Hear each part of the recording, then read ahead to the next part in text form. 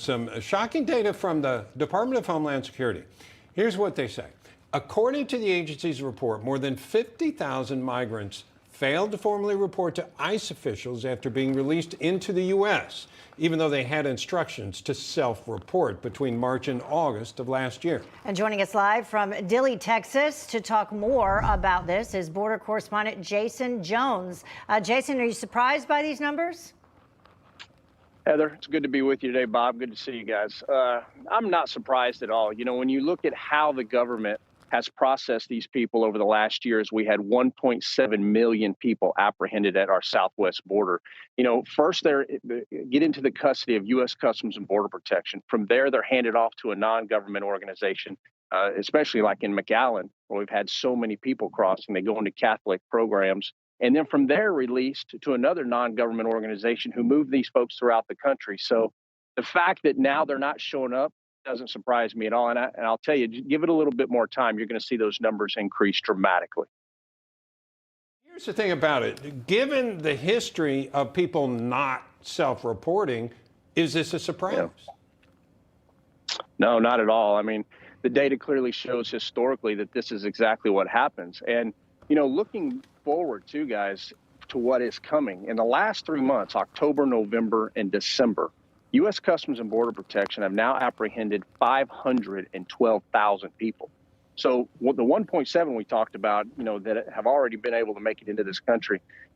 This next year, we're going to see things we've never seen before. And I'm really concerned about it because the world now knows that if you come to the United States through the southwest border and you enter illegally, you're going to be able to make it into the country. And, you know, what we're talking about just validates that perception to the world.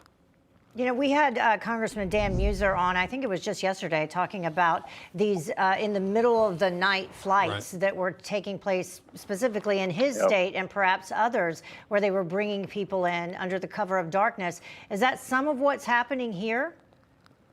It is. It is. And that's part of how also these people have just vanished into this country. And, you know, we talk about all the time that, you know, what happens at the southwest border impacts the nation. It really does. You know, this is just one more example. And the lack of transparency, I think, is another part of this.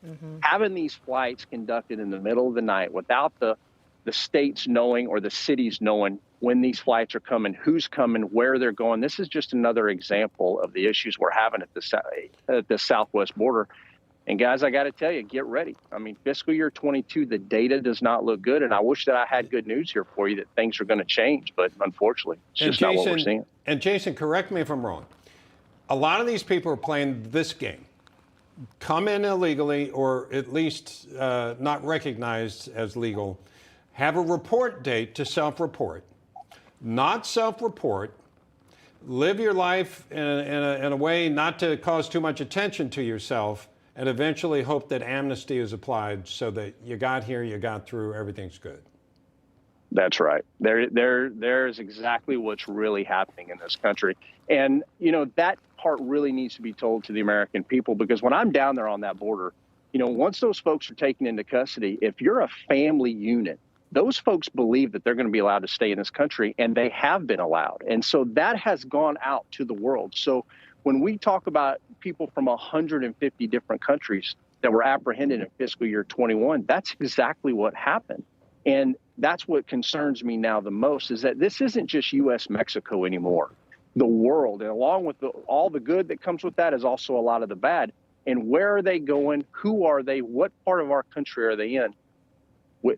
Our own government doesn't know that. And you know, you can't have 1.7 million people in 1 year alone apprehended at that southwest border and think that we have government agencies large enough to keep up with where they are. And so that becomes a national security issue again, because look at what's happening on the other side of this. We've now had 100,000 overdose deaths. So we're talking about one side of it, right? We're talking about the immigration side of this, but there is so much more that are impacting the American people.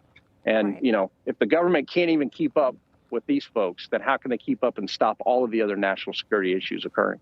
Or you can move to New York City and vote like a legal citizen. That's not an exaggeration. That's a whole nother topic. All right, go to Chicago and be accused of murdering somebody and stay at home while you're waiting. All right, Jaeson Jones, thank you very much. We appreciate the update.